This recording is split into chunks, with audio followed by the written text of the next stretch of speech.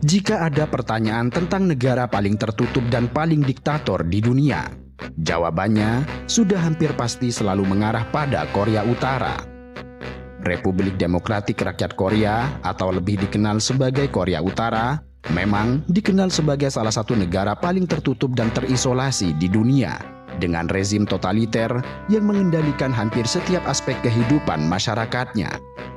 Negara ini menjadi contoh yang sangat ekstrim dari sebuah negara tertutup dan diktator.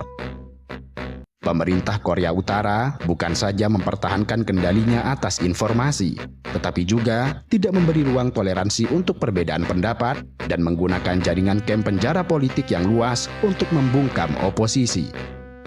Di sini, warga negara tidak memiliki kebebasan dasar seperti kebebasan berbicara, berkumpul, dan beragama.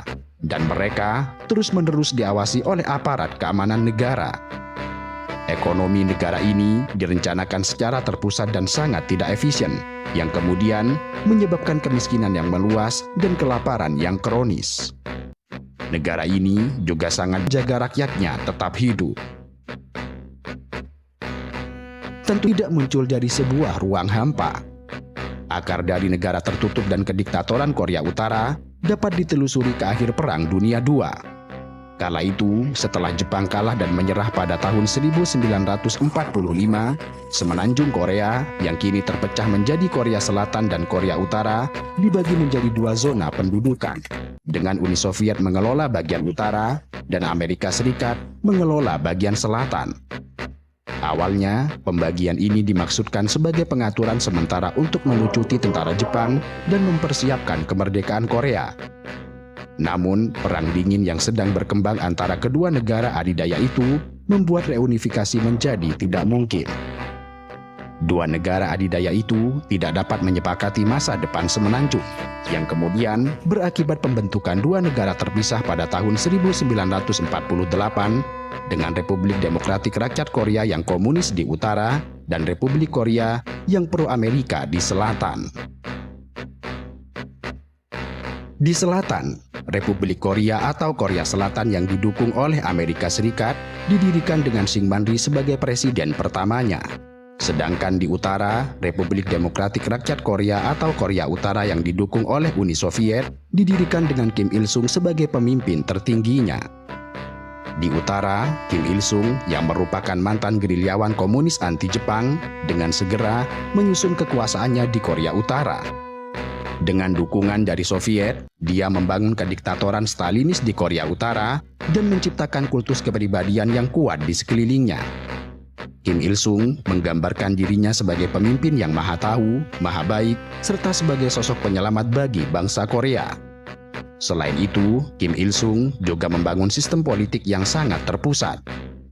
Dia mengadopsi ideologi Juche yang menekankan pada kemandirian dan swasembada sebagai prinsip panduan bagi negaranya. Setelah berhasil menyusun kekuatan, tidak butuh waktu lama bagi Kim Il-sung untuk menampakkan kebrutalannya. Pada tanggal 25 Juni tahun 1950, pasukan Korea Utara menyerbu Korea Selatan dan memulai Perang Korea yang dengan segera berubah menjadi sebuah kehancuran besar. Sebab pertempuran ini tidak lagi tentang Korea Utara dan Korea Selatan, akan tetapi dengan cepat berkembang menjadi perang proksi antara Amerika Serikat dan sekutunya di pihak Korea Selatan dan Soviet serta Cina di pihak Korea Utara. Perang ini berlangsung selama 3 tahun dan menyebabkan jutaan orang tewas, baik dari kalangan tentara maupun warga sipil. Perang ini juga menghancurkan prasarana dan ekonomi di kedua sisi semenanjung. Dan tragisnya, hampir tidak ada apapun yang diperoleh dari perang ini selain berakhir dengan jalan buntu. Pada tahun 1953, gencatan senjata ditandatangani dan mengakhiri pertempuran. Selain itu, zona demilitarisasi didirikan di sepanjang garis paralel ke-38 yang kemudian memisahkan kedua Korea hingga saat ini. Perang Korea memiliki dampak yang sangat besar pada Korea Utara. Meskipun perang ini memperkuat posisi Kim Il-sung sebagai pemimpin tertinggi, tetapi negara ini menderita kehancuran dahsyat akibat pertempuran. Infrastruktur hancur, ekonomi runtuh, dan jutaan orang kehilangan nyawa. Pengalaman perang Korea ini semakin memperkuat keyakinan Kim untuk membangun negara yang kuat secara militer serta mandiri. Karena itu, Kim Il-sung menguatkan isolasi dan Korea Utara menjadi semakin tertutup dari dunia luar. Selanjutnya, Kim Il-sung fokus pada pembangunan kembali Korea Utara berdasarkan prinsip Juche. Ideologi ini menekankan pada kemandirian politik, swasembada ekonomi, serta kemandirian militer. Namun demikian, dalam praktiknya, Juche diterjemahkan menjadi kendali negara yang ketat atas semua aspek kehidupan, ekonomi yang terencana secara terpusat, serta militer yang kuat. Kim Il-sung mengadopsi sistem ekonomi terencana yang bergaya Soviet, di mana negara mengendalikan semua alat produksi dan distribusi. Prioritas diberikan kepada industri berat, terutama untuk mendukung kekuatan militer. Pada tahap awal, ekonomi Korea Utara mengalami pertumbuhan yang cukup pesat, didorong oleh bantuan dari Uni Soviet dan beberapa negara komunis lainnya. Namun demikian, meskipun Juche menekankan kemandirian, Kim Il-sung menyadari pentingnya militer yang kuat untuk mempertahankan rezimnya dan mencegah invasi asing. Maka, pada tahun 1990-an, konsep Shogun atau militer pertama mulai mengemuka, di mana konsep ini memprioritaskan militer di atas semua sektor lain dalam masyarakat. Selain membangun negara dengan prinsip Juche, Kim Il-sung juga membangun kultus individu yang sangat kuat. Seperti telah dijelaskan, dia menggambarkan dirinya sebagai pemimpin besar yang maha tahu, maha kuasa, dan penyelamat bangsa Korea.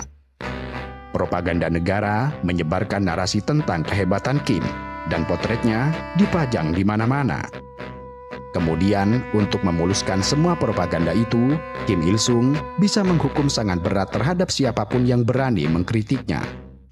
Kim Il-sung tidak membiarkan oposisi politik untuk tumbuh, dan semua aspek kehidupan diawasi dan dikendalikan oleh negara.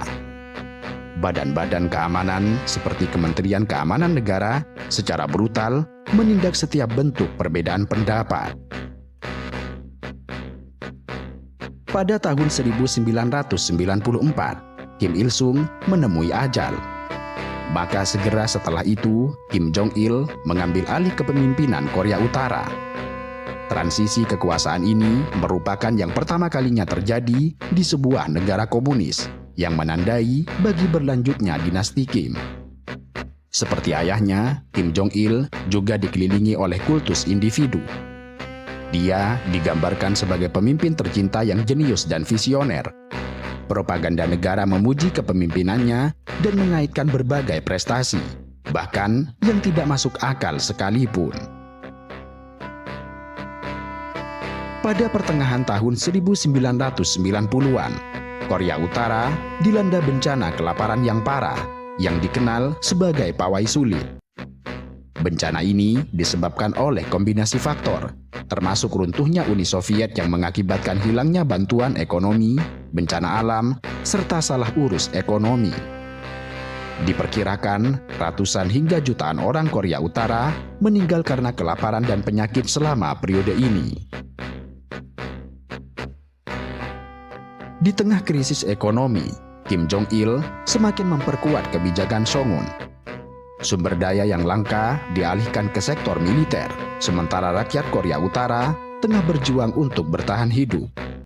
Kim Jong-il juga mulai membangun program senjata nuklir yang dipandang sebagai cara untuk menjamin keamanan rezim dan mendapatkan pengaruh di panggung internasional. Program senjata nuklir ini segera menjadi sumber ketegangan utama dengan komunitas internasional. Amerika Serikat dan sekutunya menuntut agar Korea Utara menghentikan program nuklirnya dan memberlakukan sanksi ekonomi yang berat. Meskipun ada beberapa upaya diplomasi, termasuk kerangka kerja yang disepakati pada tahun 1994, serta pembicaraan 6 pihak pada awal 2000-an, Korea Utara tetap melanjutkan pengembangan senjata nuklirnya. Setelah kematian Kim Jong-il pada tahun 2011, putranya Kim Jong-un mengambil alih kepemimpinan Korea Utara.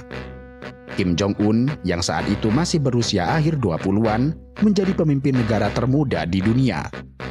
Mulanya, banyak yang meragukan kemampuannya untuk memerintah, tetapi dengan cepat dia berhasil membangun kekuasaannya.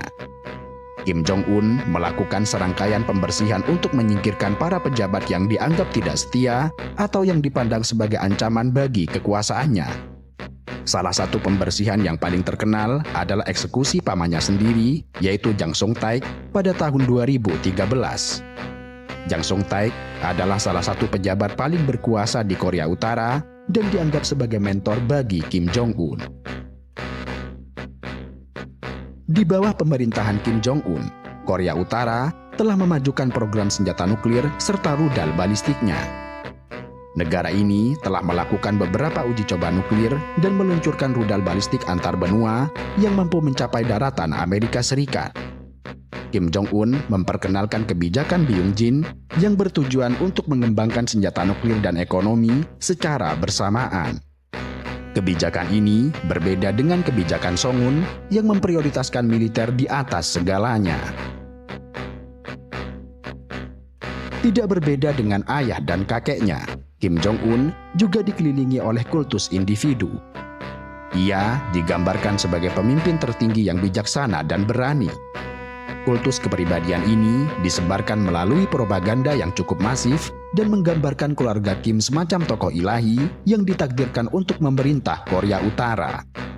Tidak hanya itu, warga negara harus menampilkan potret keluarga Kim di rumah mereka, dan mereka diharapkan untuk berpartisipasi dalam berbagai acara yang memperingati prestasi mereka.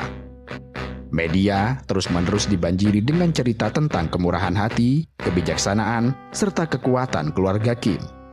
Kritik apapun terhadap keluarga Kim tidak dapat ditoleransi, dan mereka yang berani menentang narasi resmi harus menghadapi hukuman berat, termasuk penjara, penyiksaan, hingga eksekusi. Untuk menggambarkan ketertutupan dan kediktatoran Korea Utara, kita dapat melihat dari bagaimana negara ini ditegakkan oleh aparat keamanan yang luas yang bertanggung jawab untuk menekan perbedaan pendapat dan mempertahankan kendali atas penduduknya. Badan keamanan utama adalah Kementerian Keamanan Negara yang juga dikenal sebagai Bowibu. Bowibu memiliki jaringan informan yang luas yang memantau warga negara untuk setiap tanda-tanda ketidaksetiaan. Bowibu juga mengoperasikan jaringan kamp penjara politik yang luas yang dikenal sebagai Kwanliso, di mana tahanan politik menjadi sasaran penyiksaan, kelaparan, serta eksekusi. Diperkirakan terdapat 80.000 hingga 120.000 orang tahanan politik yang ditahan. Kamp-kamp ini dikenal karena kondisi yang keras serta perlakuan brutal terhadap narapidana. Meski pemerintah Korea Utara menyangkal keberadaan kamp-kamp ini, tetapi citra satelit dan kesaksian dari para pembelot memberikan bukti tentang keberadaan dan operasinya. Selain Bowibu, ada beberapa lembaga keamanan lain di Korea Utara, termasuk Departemen Keamanan Militer yang bertanggung jawab untuk memantau militer dan Komando Keamanan Pengawal yang melindungi keluarga Kim dan pejabat senior lainnya.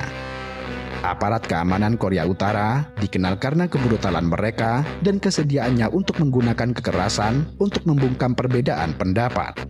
Dan diperkirakan ratusan ribu orang Korea Utara telah dipenjara di kamp-kamp penjara politik. Dengan model pemerintahan yang brutal semacam itu, Korea Utara memiliki manusia salah satu yang terburuk di dunia. Pemerintah Kim secara rutin melakukan pelanggaran hak asasi, termasuk eksekusi di luar hukum, penyiksaan, penangkapan dan penahanan sewenang-wenang, hingga kerja paksa. Korea Utara juga memiliki salah satu catatan kebebasan pers terburuk di dunia. Media sepenuhnya dikendalikan oleh negara dan tidak ada jurnalisme independen yang diizinkan. Pemerintah menggunakan propaganda untuk mengendalikan informasi serta membentuk opini publik. Warga negara yang ketahuan mengakses media asing atau mengkritik pemerintah dimiliki dan dioperasikan oleh negara, dan pertanian dikolektifkan. Ekonomi yang direncanakan secara terpusat dan sangat tidak efisien itu telah menyebabkan kemiskinan yang meluas serta kelaparan yang kronis. Pemerintah juga telah dituduh menggunakan bantuan pangan sebagai alat untuk mengendalikan penduduk serta menghukum mereka yang dianggap tidak setia. Dengan ekonomi yang terpuruk, Korea Utara sangat bergantung pada bantuan asing, terutama dari Cina untuk menjaga rakyatnya tetap hidup. Cina menyediakan bantuan pangan, bahan bakar, serta komoditas lainnya ke Korea Utara. Selain bantuan dari Cina, Korea Utara juga terlibat dalam berbagai kegiatan gelap untuk menghasilkan mata uang asing, seperti pemalsuan, perdagangan obat-obatan, dan serangan cyber. Kegiatan ini telah menjadi sumber pendapatan yang semakin penting bagi pemerintah Korea Utara karena ekonomi resminya terus menurun. Kendati demikian, terlepas dari masalah ekonominya, Korea Utara telah mampu mempertahankan militer yang besar dan mengejar program senjata nuklir. Hal ini dimungkinkan oleh kebijakan Songun pemerintah yang memprioritaskan militer di atas semua sektor lain dalam masyarakat.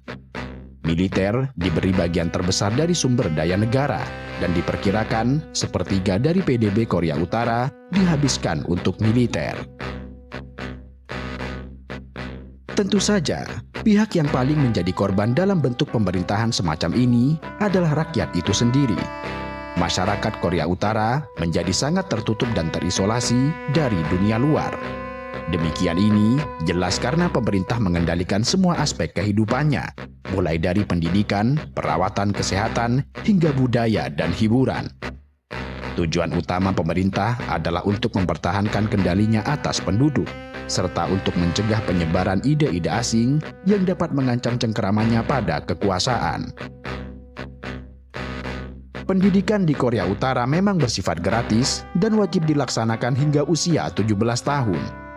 Kendati demikian, kurikulumnya sangat kental dengan muatan politis, dan siswa selalu diajari sejarah keluarga Kim serta ideologi Juche. Tujuan pendidikan ini adalah untuk menanamkan rasa kesetiaan kepada pemerintah dan untuk mempersiapkan para siswa untuk melayani negaranya dengan sangat loyal. Sementara itu, perawatan kesehatan di Korea Utara juga bersifat gratis, tetapi dengan kualitas perawatan yang buruk. Rumah sakit dan klinik kekurangan staf dan kekurangan peralatan, sementara obat-obatan seringkali tidak tersedia. Akibatnya, banyak orang Korea Utara menderita penyakit yang dapat dicegah serta kekurangan gizi. Adapun budaya dan hiburan di negara ini juga dikendalikan secara ketat oleh pihak pemerintah. Satu-satunya bentuk seni yang diizinkan adalah yang mempromosikan pemerintah dan ideologinya. Media sepenuhnya dikendalikan oleh negara dan tidak ada jurnalisme independen yang diizinkan. Warga negara yang ketahuan mengakses media asing atau mengkritik pemerintah dapat menghadapi hukuman berat. Masyarakat Korea Utara terbagi dalam kelompok-kelompok sosial, di mana status sosial seseorang ditentukan oleh latar belakang keluarganya serta kesetiaannya kepada pemerintah. Anggota Partai Buruh Korea dan militer misalnya menikmati hak istimewa dan manfaat khusus, sementara mereka yang dianggap tidak setia mendapat perlakuan buruk dan dapat dikirim ke kamp penjara politik. Meskipun pemerintah sangat ketat, rupanya ada beberapa tanda perubahan di Korea Utara. Dalam beberapa tahun terakhir, telah terjadi peningkatan jumlah orang Korea Utara yang memiliki akses ke media asing serta informasi dari luar. Hal ini telah menyebabkan peningkatan kesadaran akan kondisi kehidupan di negara lain dan telah memicu beberapa kritik terhadap pemerintah. Kendati demikian, belum jelas apakah perubahan ini pada akhirnya akan mengarah pada perubahan politik di Korea Utara, ataukah negara ini terus bertahan dalam ketertutupan serta kediktatorannya.